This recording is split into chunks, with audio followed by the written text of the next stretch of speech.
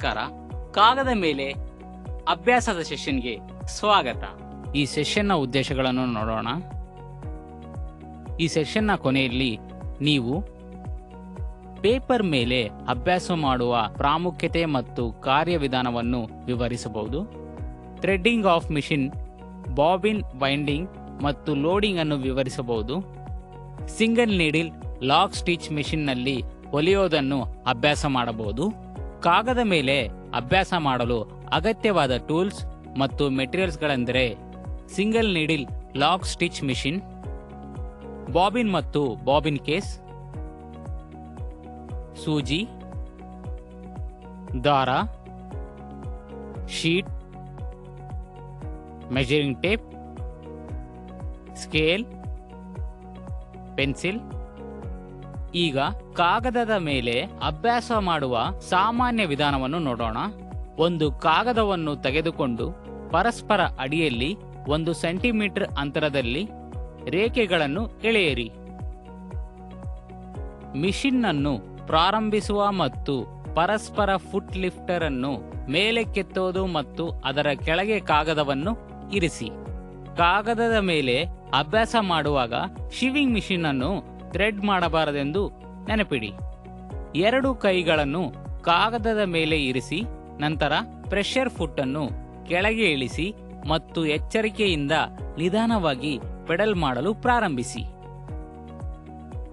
Needle ಮತ್ತು ಕಾಗದ ಚಲನೆಯನ್ನು ಮತ್ತು ಮಿಷಿನ್ನ ವೇಗವನ್ನು ಮಾನಿಟರ್ ಮಾಡಿ.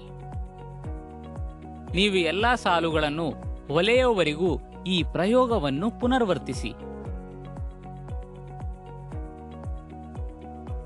ಆಂಗಲ್ ಕರ್ವ್ಸ್ ಅನ್ನು ಸಿವಿಂಗ್ ಮಾಡಲು ಪರಸ್ಪರ ಫುಟ್ ಅನ್ನು ಕೆಳಕ್ಕಿಳಿಸಿ.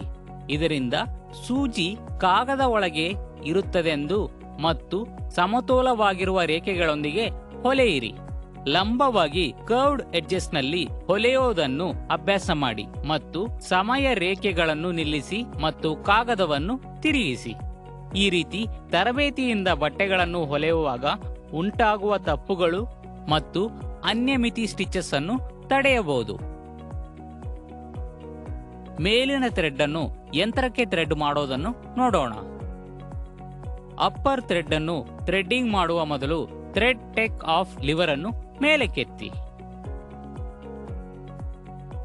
ಇದು ಥ್ರೆಡ್ಡಿಂಗ್ ಅನ್ನು ಸುಲಭಗೊಳಿಸುತ್ತದೆ ಮತ್ತು ಸೀವಿಂಗ್ ಮಾಡುವಾಗ ದಾರವು ಹೊರಬರುವುದನ್ನು ತಡೆಯುತ್ತದೆ. ಅದರಲ್ಲಿ ತಿಳಿಸಲಾದ ಅಂಶಗಳಿಗೆ ಅನುಗುಣವಾಗಿ ಮಿಷಿನ್ ಅನ್ನು ಥ್ರೆಡ್ ಮಾಡಿ.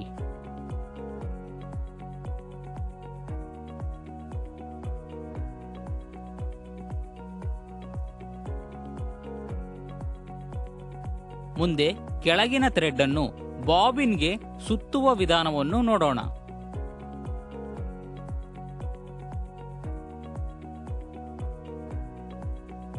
ಮೊದಲು ಪವರ್ ಸ್ವಿಚ್ ಅನ್ನು ಆನ್ ಮಾಡಿ. ಬಾಬಿನ್ ಅನ್ನು ಬಾಬಿನ್ ವೈಂಡರ್ ಶಾಫ್ಟ್ ಮೇಲೆ ಇರಿಸಿ.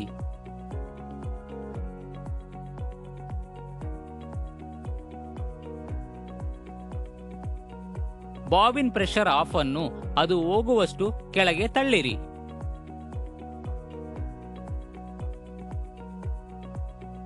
ಬಣ್ಣದಿಂದ ಸೂಚಿಸಲಾದ ದಿಕ್ಕಿನಲ್ಲಿ ಬಾಬಿನ್ ಸುತ್ತಲೂ ಥ್ರೆಡ್ ಅನ್ನು ಹಲವಾರು ಬಾರಿ ವೈಂಡ್ ಮಾಡಿ.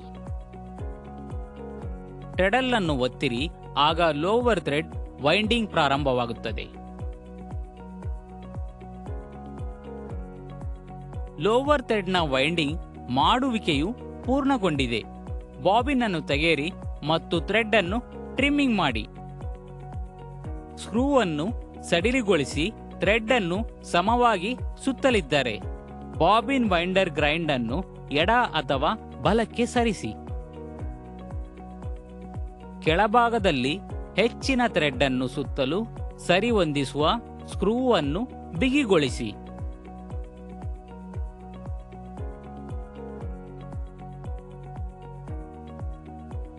ಬಾಬಿನ್ ಮೇಲೆ ಥ್ರೆಡ್ ಸುತ್ತುವ ಪ್ರಮಾಣವು ಬಾಬಿನ್ ಸಾಮರ್ಥ್ಯದ ಗರಿಷ್ಠ 80ರಷ್ಟು ಇರಬೇಕು.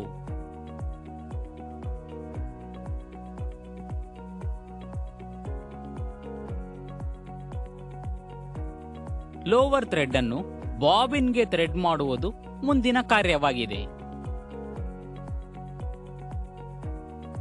ಮೊದಲಿಗೆ ಲೋವರ್ ಥ್ರೆಡ್ ಅನ್ನು ಬಾಬಿನ್ಗೆ ಥ್ರೆಡ್ ಮಾಡಿ ಮತ್ತು ಅದನ್ನು ಬಾಬಿನ್ ಕೇಸ್ಗೆ ಸೇರಿಸಿ.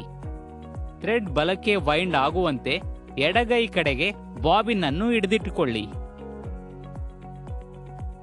ಬಾಬಿನ್ ಕೇಸ್ಗೆ ಬಾಬಿನ್ ಅನ್ನು ಸೇರಿಸಿ.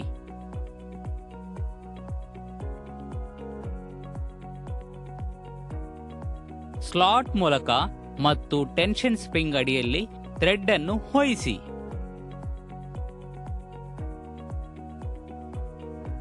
ಟೆನ್ಷನ್ ಸ್ಪ್ರಿಂಗ್ನ ಕೊನೆಯಲ್ಲಿ ಹೋಲ್ನ ಮೂಲಕ ಥ್ರೆಡ್ ಅನ್ನು ಎಳೆಯಿರಿ.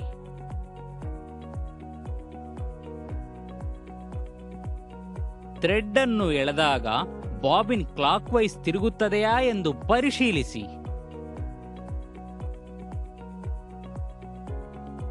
ಬಾಬಿನ್ ಕೇಸ್ನಲ್ಲಿರುವ ಲ್ಯಾಚ್ ಅನ್ನು ರೊಟೇಟರ್ ಹುಕ್ನ ಒಳಗೆ ಹಿಡಿದಿಟ್ಟುಕೊಳ್ಳಿ.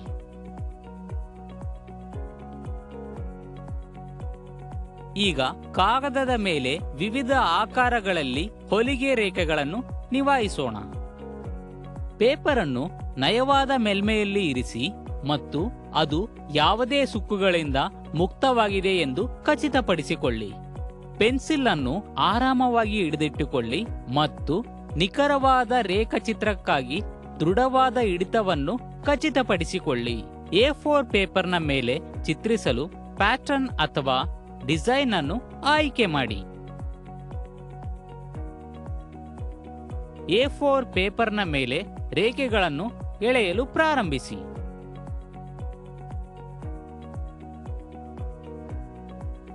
ಅಥವಾ ಇದು ಸರ್ಕಸ್, ಸ್ಕ್ವಯರ್ಸ್, ಟ್ರಯಾಂಗಲ್ಸ್ ನಂತಹ ಸರಳ ಆಕಾರಗಳು ಅಥವಾ ಹೂವುಗಳು ಅಥವಾ ಜಾಮೆಟ್ರಿಕ್ ಡಿಸೈನ್ಸ್ ನಂತಹ ಪ್ಯಾಟರ್ನ್ ಆಗಿರಬಹುದು. A4 ಪೇಪರ್ ಮೇಲೆ ನೀವು ಆಯ್ಕೆ ಮಾಡಿದ ಪ್ಯಾಟರ್ನ್ನ ಬಹುರೇಖೆಯನ್ನು ಲಘುವಾಗಿ ಚಿತ್ರಿಸುವ ಮೂಲಕ ಪ್ರಾರಂಭಿಸಿ. ರೇಖೆಗಳು ನೇರವಾಗಿವೆ ಮತ್ತು ಆಕಾರಗಳು ಸಿಮಿಟ್ರಿಕಲ್ ಆಗಿದೆ ಎಂದು ಖಚಿತಪಡಿಸಿಕೊಳ್ಳಿ. ವಿಶೇಷವಾಗಿ ನೀವು ಜಾಮೆಟ್ರಿಕ್ ಪ್ಯಾಟರ್ನ್ಸ್ ಅನ್ನು ಚಿತ್ರಿಸುತ್ತಿದ್ದೀರಾ.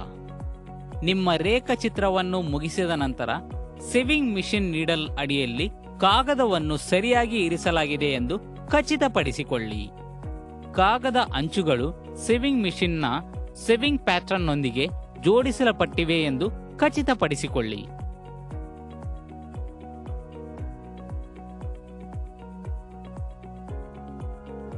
ಕಾಗದವನ್ನು ಫಿಕ್ಸ್ ಮಾಡಿದ ನಂತರ ಪ್ರೆಸ್ಸರ್ ಫೂಟ್ನ ಅಡಿಯಲ್ಲಿ ನೀಡಲ್ ಪಾಯಿಂಟ್ನ ಕೆಳಗೆ ಕಾಗದದ ಮೇಲೆ ಗುರುತು ಇರಿಸಿ.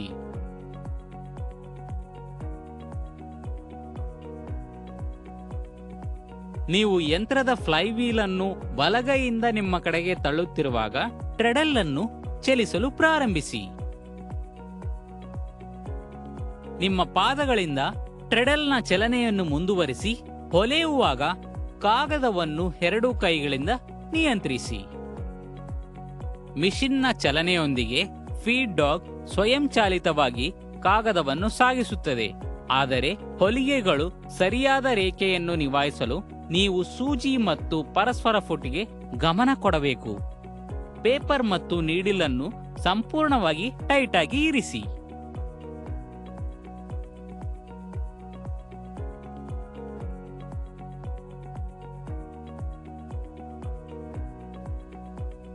ನಿಮ್ಮ ಪೇಪರ್ ಅನ್ನು ಮಿಷಿನ್ನ ಟ್ರೆಡಲ್ ವೀಲ್ನಲ್ಲಿ ಸಿಲುಕಿಗೊಳ್ಳದಂತೆ ನೋಡಿಕೊಳ್ಳಿ.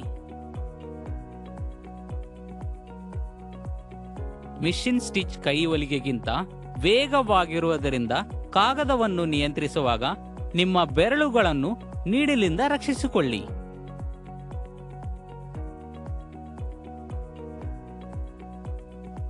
ಅದೇ ರೀತಿಯಲ್ಲಿ ನೀಡಲ್ ಮತ್ತು ಬಾಬಿನ್ ಥ್ರೆಡ್ ಮಾಡುವ ಮೂಲಕ ಫ್ಯಾಬ್ರಿಕ್ ಮೇಲೆ ಅಭ್ಯಾಸ ಮಾಡಿ.